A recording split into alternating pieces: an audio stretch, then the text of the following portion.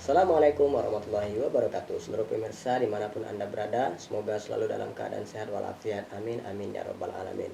Senang sekali bersama saya Muhammad Zudi kembali hadir membersamai Anda dalam bincang-bincang inspiratif kita bersama tokoh inspiratif kita, yaitu Abdan ya. Iya. Abdan Muhtadi, betul ya? Abdan ya. Nah, Abdan ini merupakan saat ini beliau adalah presiden best art terpilih Iya, betul. untuk masa bakti 2022-2023. Oke. Yang baru saja dilantik ya, Abdan ya. Iya, betul. Nah, dan juga Abdan ini beliau merupakan siswa MA Perguruan Islam Arisalah kelas 2 MA IPA ya. Abdan? Iya, betul. Oke.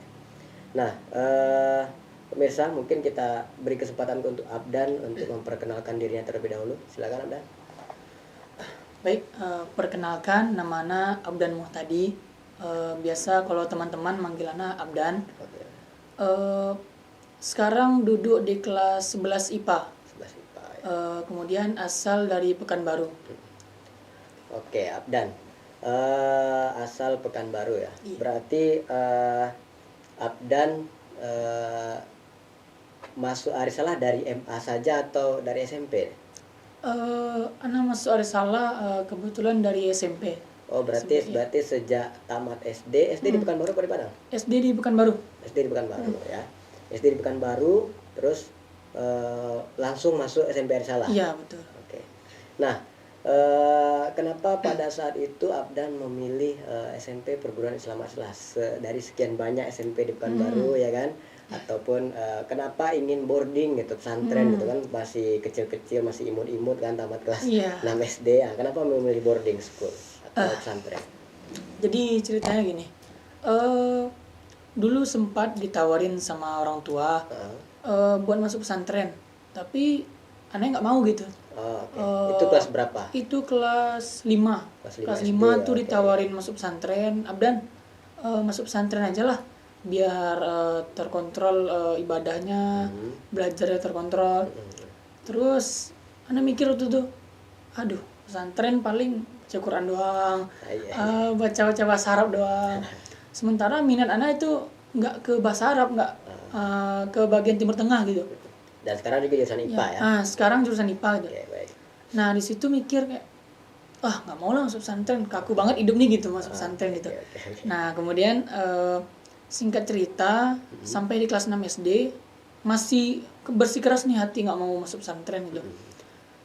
Nah kemudian termotivasi dari teman-teman. Nah teman-teman nih pada lulus SD ditanyain pada lanjut mana, pada lanjut ke, ada yang ke Jogja, ada yang ke Medan gitu. Dan itu mereka semua pesantren gitu Dan ya? mereka semua pesantren gitu. Iya. Jadi merasa kayak, wah, nih kalau Ana tetap stay dengan keadaan yang bisa dibilang nyaman lah di rumah gitu, apakah Ana akan jadi orang besok gitu? Oke. Pasti kita semua kan berpikir seperti itu gitu kan. Kayak kita berpikir, kalau hidup kita ini senang-senang aja, apakah hasilnya bakalan bagus gitu? Nah disitulah Ana berpikir pengen masuk mana gitu.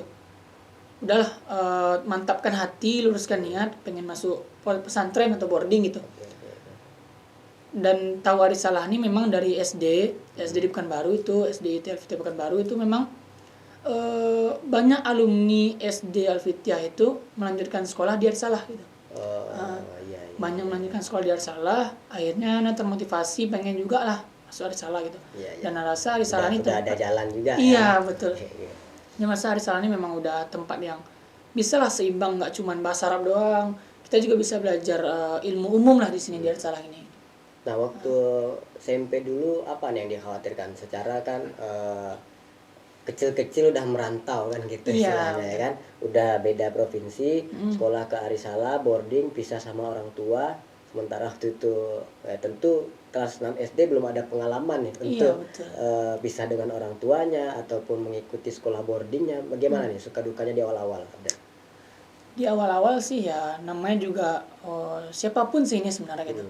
Baik yang di Padang, yang dalam Sumatera Barat maupun yang luar provinsi, pasti bakal merasa pas masuk sini bakal merasa kayak wah, ditinggal orang tua nih gitu. Pasti first time dong gitu ngerasain kayak biasanya baju dicuciin gitu. Iya. Nah, biasanya makan diambilin, malah disuapin gitu. Iya, iya, Sekarang iya. kita berusaha untuk nyuap sendiri, nyuci sendiri, nyuci piring sendiri.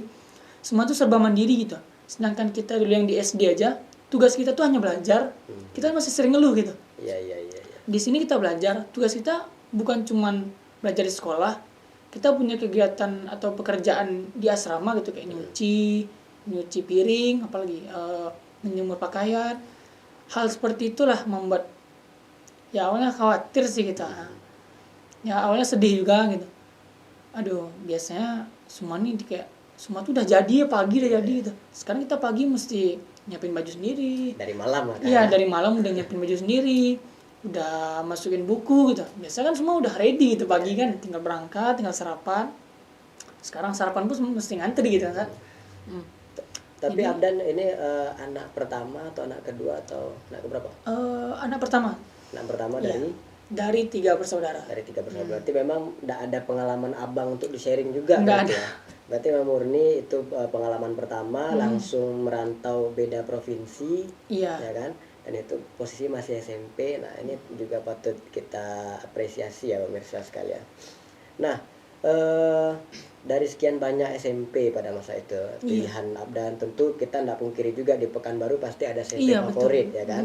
SMP favorit, terus juga mungkin di Pekanbaru juga ada ya SMP sekelas boarding ataupun pesantren yang memang mirip-mirip Arisalah lah. Kenapa? Iya. Kenapa pada akhirnya memilih ke Arisalah gitu, selain tadi pertimbangan alumni dan lain sebagainya? Apa Ya. keunggulannya gitu, atau memang ada pertimbangan khusus tersendiri dari Abdan? Pertama kan seperti yang Anda sampaikan tadi, awalnya tuh memang nggak ada niat buat masuk boarding gitu. Malah dulu ada niatan pengen masuk ke SMP negeri paling favorit tuh di Pekanbaru. Dan alhamdulillah waktu itu nilainya mencukupi gitu untuk masukin SMP negeri tersebut. Godaan banget ya. Iya, godaan dong gitu. Siapa sih yang nggak mau gitu? Pengen masuk, dapat loh itu tiket buat masuk SMP negeri terfavorit di Pekanbaru nomor 1 gitu. Tapi di situ Ana mikir, kalau Ana mengambil SMP ini, maksudnya ilmu umum nih sampai kapan sih akan Ana bawa gitu. Nah, ada nggak sih opsi lain berpikir di kepala Ana nih? Ada nggak sih opsi lain yang di sana ilmu umum kita dapat, ilmu agama kita juga dapat gitu.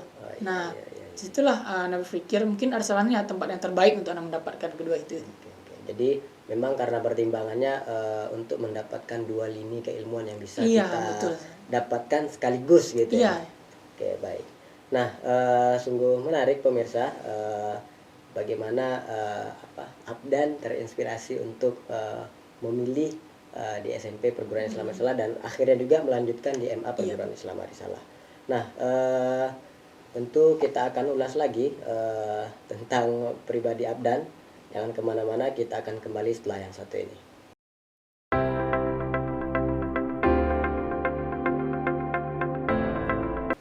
Pemirsa, kembali lagi bersama kami dalam bincang-bincang inspiratif bersama Abdan Muhtadi ya, Presiden BESAR periode 2022-2023.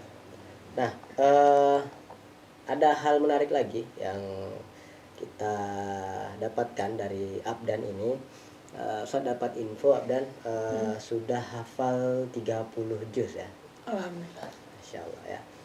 Bukan juz 30 ya pemirsa, tapi 30 juz. Nah, Abdan bisa Abdan sharing nggak mulai menghafal dari kapan gitu ya? Terus motivasinya apa gitu untuk bisa terus menghafal secara Abdan saat ini di jurusan IPA gitu ya.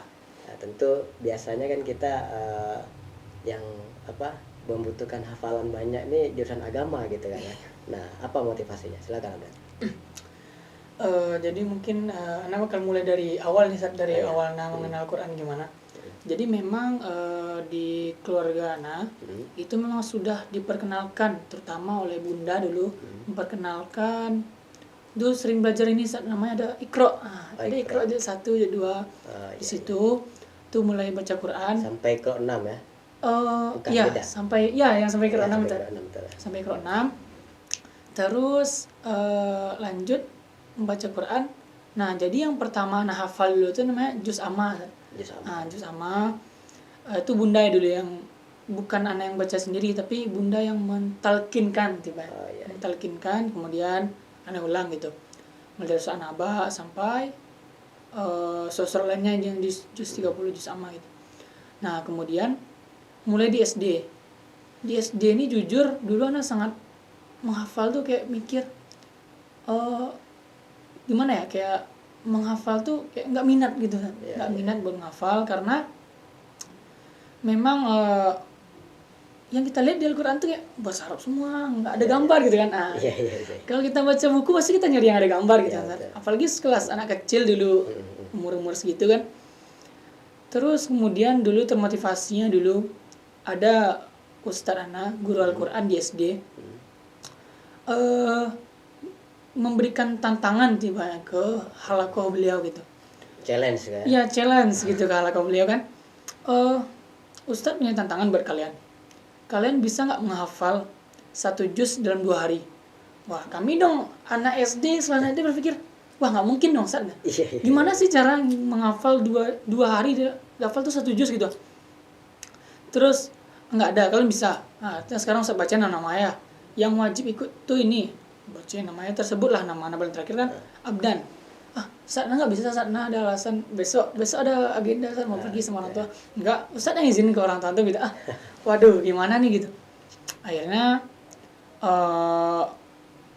dia tiba itu namanya karantina tahfiz itu. Challenge itu karantina tahfiz. Kita mulai menghafal dari pagi Sabtu pagi sampai dengan Sabtu malam. Dilanjutkan lagi Minggu pagi sampai dengan Minggu malam penutupan. Itu posisi kelas berapa berarti? Posisinya itu kelas 4 SD. Kelas 4 SD. Yang sebelumnya sebenarnya itu mas-mas menghafal. Dari situlah anak, karena basicnya waktu itu emang masih malas menghafal, sampai malah anak menyelesaikannya itu sambil nangis gitu anak. Nangis. Terus yang paling malu-malunya lagi direkam sama Ustaz itu. Direkam dan ditampilkan pas penutupan gitu. Jadi aduh malu gitu. Kayak aduh trauma lah ngafal gini gitu.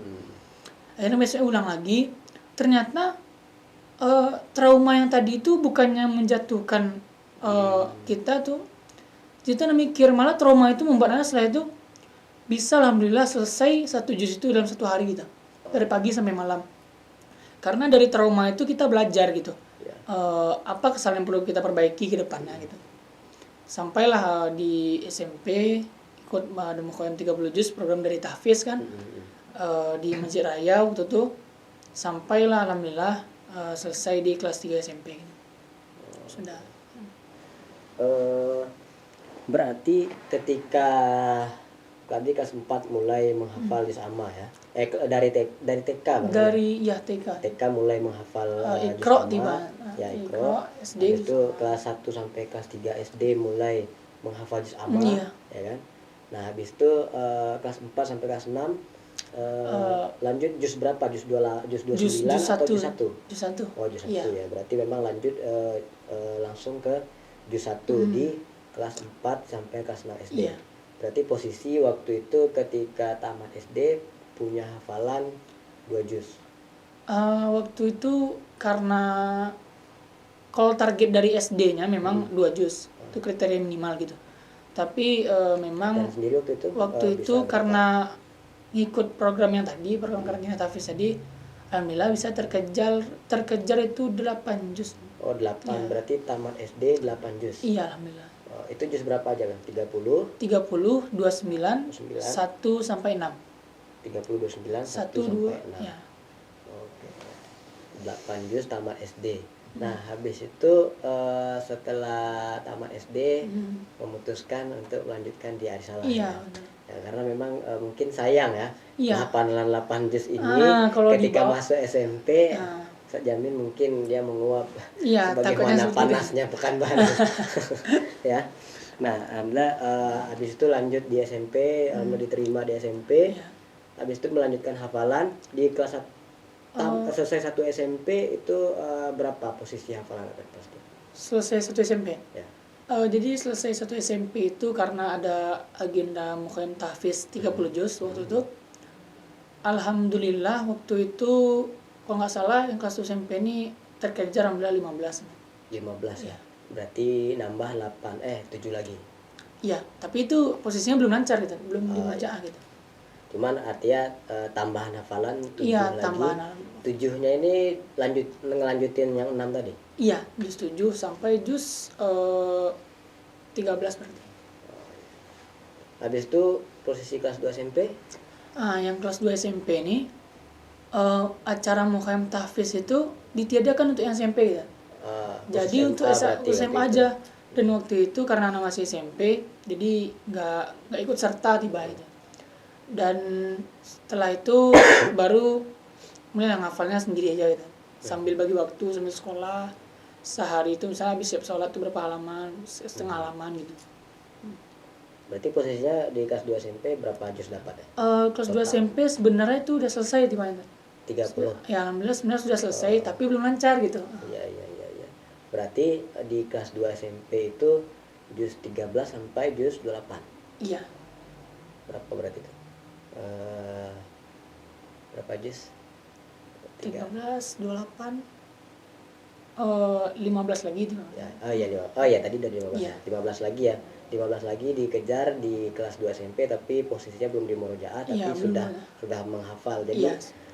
Posisi kelas 2 SMP sudah menghafal 30 Iya. juz Al-Qur'an ya, sudah menghafal tapi belum dilancarkan. Iya, belum lancarkan. Nah, berarti kelas 3 SMP fokus murojaah atau gimana?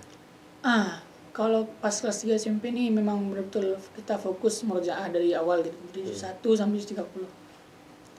Oke. Berarti waktu itu saat 3 SMP itu penganugerahan beasiswa di kelas 2 SMP atau di kelas 3 SMP? Di kelas 3 SMP. 3 SMP. Ya, karena kan penganugerahan beasiswa itu memang untuk yang wisuda gitu. Bukan yang Dan yang wisuda ini adalah hafalan yang memang sudah distorkan. Iya, sudah diuji gitu. Nah, motivasinya apa nih Dan untuk tetap mempertahankan karena kan sama-sama kita ketahui ya menghafal Quran itu ya bukan hanya berat itu bukan di menghafalnya tapi di menjaganya. Iya, betul ya. Betul. Nah, jadi sekarang kan Abang posisi kelas 2 MA atau kelas 11 gitu ya, menjaganya dari kan mulai hafal tadi di kelas 2 SMP. Nah, menjaga di kelas 3 SMP pasti banyak godaan ya kan, kelas 3 Iya. SMP godaan dari kawan-kawan, kawan di sekolah, kawan di rumah, kawan di asrama gitu ya, aktivitas kesibukan lainnya gitu. Apa nih motivasi Abdan ya? Dan memang nggak sedikit juga kawan-kawan kita yang memang dia sudah hafal sekian juz, terus karena memang tidak ada motivasi untuk menjaganya, memurojaahnya ya menguap begitu saja karena memang hafalan Quran ini pencemburu gitu. Iya. Nah, gimana nih Abdan motivasinya untuk menjaga hafalan Quran ini? Pertama tentu kita dengan usaha yang selama ini sudah kita lakukan, tentu sayang banget dong kalau kita dengan mudah kita menghilangkannya gitu. Jadi selalu sia-sia dong usaha kita selama ini. Terus dan kalau untuk Al-Quran sendiri, Ana memang berpikir Al-Quran ini bukan sebagai alat gitu. Kebanyakan orang kan ngapain tuh menghafal Al-Quran 30 juz? Kenapa? Supaya bisa masuk fakultas yang Ana mau gitu. Iya. Jadi kalau Ana berpikir jadi alat untuk loncatan jadi ke alat loncatan gitu. Jadi Ana berpikir Al-Quran ini sebenarnya bukan alat loncatan gitu. Tapi Al-Quran ini adalah pegangan hidup yang suatu saat kalau kita berada di luar sana, di lingkungan yang mungkin tidak seislami lingkungan sekarang, kita bakal jadikan itu sebagai pegangan hidup kita gitu. Nah, supaya kita tidak tergoda ke depannya. Dan satu lagi motivasinya tetap mempertahankan tentu ingin membanggakan orang tua. Ingin membanggakan orang tua karena Anda berpikir mungkin yang kalau dengan akademik tentu juga bisa membanggakan orang tua kita kan. Tetapi kalau hanya itu saja, mungkin orang tua kita hanya bangga di dunia saja gitu. Betul. Nah, jadi ini yang Ana ingin membuat orang tua Ana bangga tuh di dunia dan di akhirat gitu. Insya Allah ya. Karena memang dalam hadisnya dikatakan bahwasanya para penghafal Al-Quran dapat memberikan syafaat ke orang terdekatnya ya. Nah, semoga Abdan bisa memberikan manfaat itu ya untuk keluarga-keluarga terdekat ya. Nah, sungguh menarik ya pemirsa, Presiden Besar kita kali ini memiliki hafalan 30 juz gitu ya. Nah, tentu kita akan bahas nanti di segmen terakhir, segmen ketiga, bagaimana bisa terpilih jadi Presiden BESAR untuk masa bakti 2022-2023. Jangan kemana-mana, kita kembali setelah yang satu ini.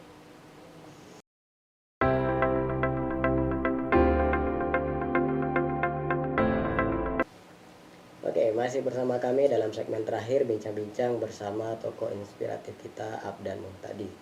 Nah, sebagaimana kita sampaikan di awal tadi, Abdan ini merupakan Presiden BESAR atau Badan Eksekutif Siswa Arisalah ya untuk masa bakti tahun 2022-2023. Nah, Abdan, apa nih motivasi Abdan ingin mencalonkan diri untuk menjadi Presiden BESAR?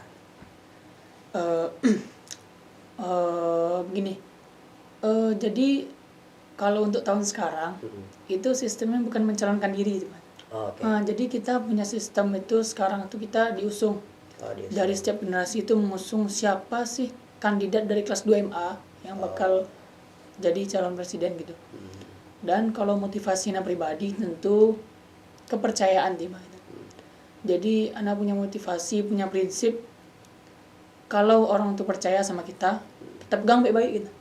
Karena kalau besok kita tidak memegang kepercayaan orang, jadi orang tuh nggak bakal percaya lagi sama kita gitu. Oh, berarti sistemnya bukan mencalonkan diri tapi rapat generasi Iya, dulu. rapat generasi dulu, nanti diusung siapa kandidatnya. Berarti dari generasi berapa tuh? 15. Dari generasi 15 mencalonkan antum sama Khalifah ya untuk jadi presiden. Kalau wakilnya terserah presiden atau Iya, gimana? wakil terserah presiden. Oh, oke. Terserah calon presiden. Iya, terserah calon presiden. Oke ya. Nah, berarti memang karena kepercayaan kawan-kawan generasi 15 untuk meminta Abdan menjadi presiden terpilih gitu ya. Nah, pada masa-masa kampanye ya kita sebut seperti itu, apa nih Abdan kesulitan untuk terutama ke adik-adik SMP, adik-adik MA juga ada kan, abang-abang MA juga ada ya kan, suka dukanya dalam masa kampanye gitu. Kalau dalam masa kampanye gimana ya? Kita pertama kalau dalam kampanye itu yang pasti yang namanya kita tuh jadi calon gitu. Yang pasti kita mesti awalnya harus punya banyak relasi gitu. Iya. Jadi ya dalam kampanye kalau kita tidak punya relasi sama sekali akan ribet dong gitu. Jadi awal kampanye itu memang anak fokus cari relasi dulu gitu. Tiap angkatan itu siapa sih relasinya gitu. Orang-orangnya siapa-siapa aja gitu. Terus kemudian dalam kampanye itu kalau orang bilang kampanye itu ribet, sebenarnya asik gitu. Jadi itu kita kayak merasakan benar-benar pesta demokrasi itu seperti apa sih gitu. Di kampanye inilah yang merasakan. Nah, berapa kali sama KPU ya? KPU Ya, KPU. Nah, KPU berapa kali kasih waktu kampanye terbuka? Untuk kampanye terbuka itu KPU waktu itu ngasih waktu dari sekitaran 1 sampai 2 minggu. 1 sampai 2 minggu. Yang selama masa kampanye ini Abdan berapa kunjungan ya semacam kampanye terbuka ke angkatan tertentu itu sempat berapa kali atau emang nggak ada atau emang kampanye bawah tanah aja semua? Kalau soal itu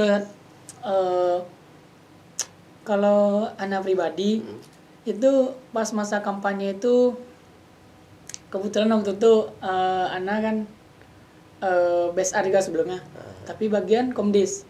Nah, ya. jadi bagian Komisi Kedisiplinan ini punya piket, ada piketnya di SMP, piket di MA itu. Jadi ya disitulah kita sambil ya. gitu. Sambil nyelam minum air ya. Iya. Sambil bertugas langsung sambil belusukan. Berarti kalau kampanye terbuka khusus untuk setiap angkatan berarti nggak ada. Berarti hanya memang kampanye terbuka yang difasilitasi oleh KPU yaitu debat akbar yang mana? Iya, betul. Cuma satu itu. Cuman orasi.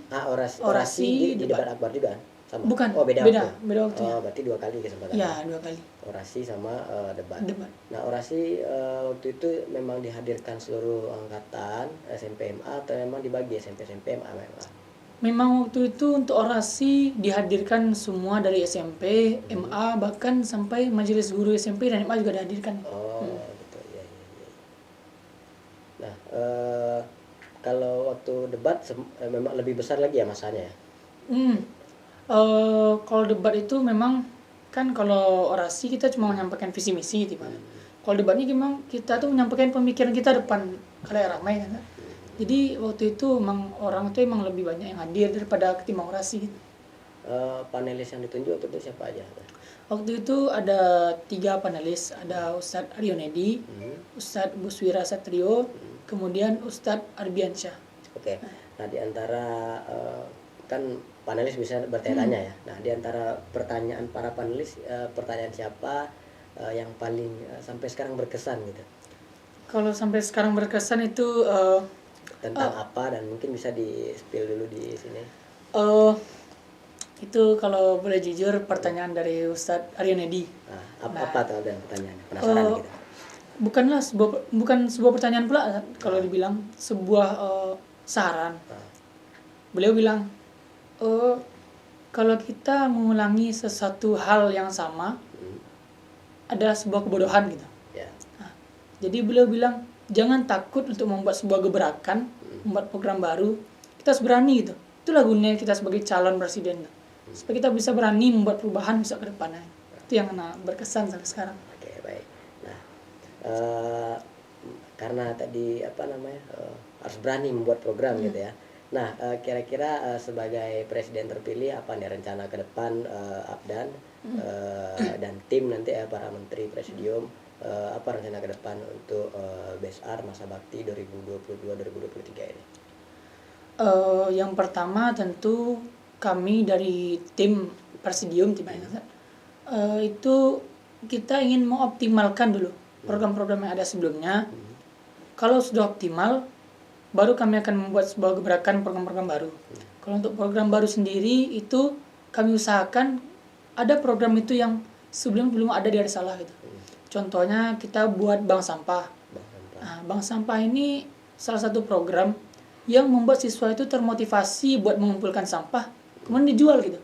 Nah, jadi siswa termotivasi kayak kita tuh ngumpulin sampah dapat duit gitu. Nah, dan lingkungan juga bersih gitu. Jadi mungkin itu pertama kita optimalkan dulu program yang ada sebelumnya sampai betul-betul optimal. Kemudian baru akan kita jalankan program-program baru seterusnya. Nah, tentu ketika Abdan menjadi presiden ya gitu ya, kan nggak resign dari siswa ya kan? Enggak. Tetap sebagai siswa, tetap sebagai peserta didik di MA Perguruan Islam Salah. Nah, dan juga tetap sebagai anggota asrama di asramanya gitu ya.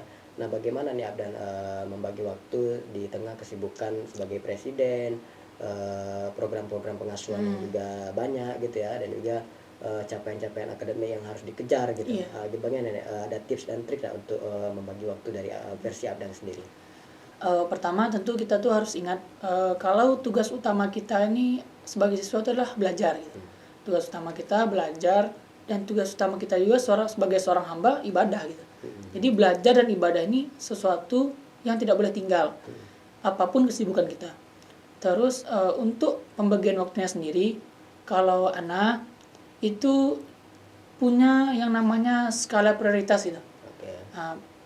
Ana tempatkan belajar dan ibadah tuh nomor pertama. Terus yang kedua organisasi.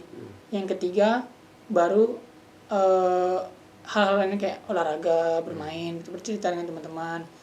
Jadi kalau seandainya nanti ada hal yang mendadak, yang tetap kita lakukan itu ada belajar.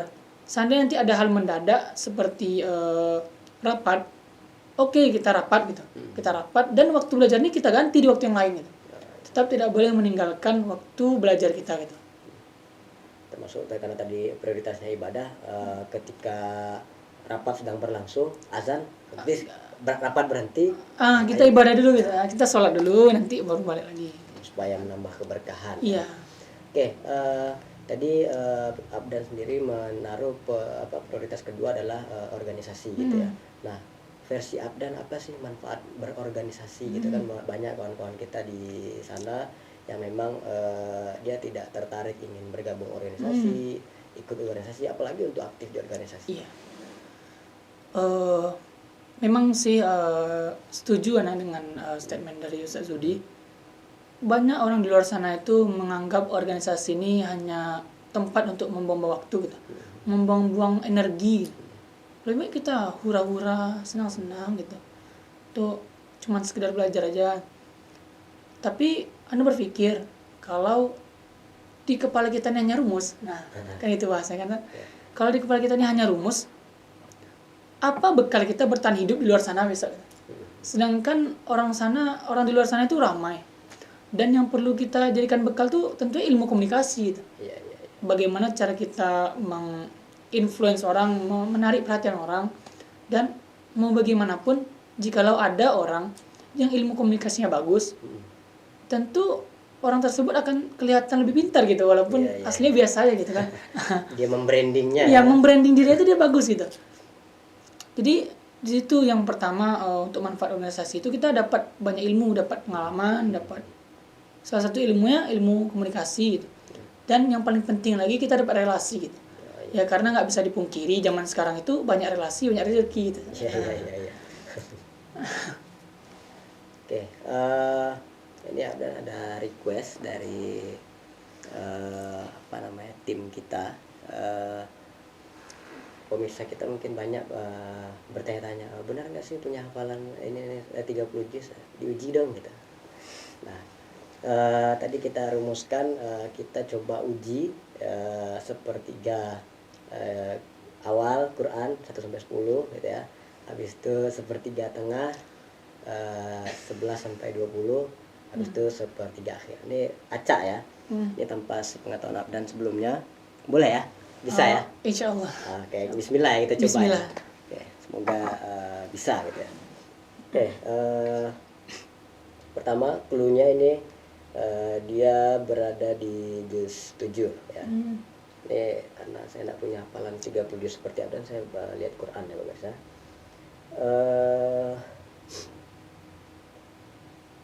A'udzubillahi minasyaitonirrajim. Qul inni akhafu in asaitu rabbi adzaba yaumin adzim. Silakan lanjutkan. A'udzubillahi minasyaitonir rajim. Qul inni akhafu in asaitu rabbi adzaba yaumin adzim. Man yusraf anhu faqad rahimah wa dzalika huwal fawzul mubin. Wa in yamsaska Allahu bidurrin fala kashifa lahu illa hu wa in yamsaska bi khairin fahuwa ala kulli syai'in qadir. Cukup. Dulu saya minta sepertiga awal clear. Sekarang kita lanjut ke sepertiga berikutnya. Clue-nya berada di juz 15 ya. Siap ya? A'udzubillahi minasyaitonirrajim. Aqimus sholata liduluki syamsi ila ghasakil laili wa qur'anal fajr.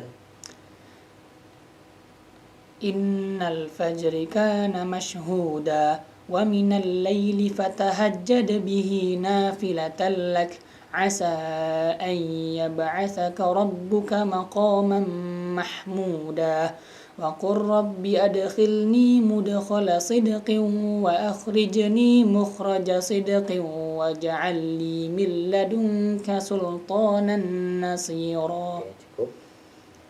Sepertiga kedua tuntas. Sekarang sepertiga terakhir. Clue-nya berada di juz 23. Siap ya? A'udzubillahi minasyaitonirrajim. Bismillahirrahmanirrahim. Wassafati saffa fazzajirati zajra fattaliyati dzikra. Inna ilahakum lawahid Rabbus samawati wal ardi wa ma bainahuma wa rabbul masyariq. Inna zayyanna as-samaa ad-dunya bizinatinil kawakib. Oke, cukup. Insyaallah ya. Berhasil dilibas semuanya, sepertiga awal, sepertiga tengah, dan sepertiga akhir oleh Abdan tadi. Insyaallah, alhamdulillah. Baik pemirsa, demikianlah bincang-bincang kita pada kesempatan kali ini. Terima kasih Abdan Muhtadi atas waktunya. Iya. Semoga kabinet yang dipimpin ke depan dapat menginspirasi banyak orang. Amin ya rabbal alamin. Oke, saya Rudi mohon undur diri. Subhanakallahumma wa bihamdika asyhadu an la ilaha illa anta astaghfiruka wa atubu ilaik. Assalamualaikum warahmatullahi wabarakatuh.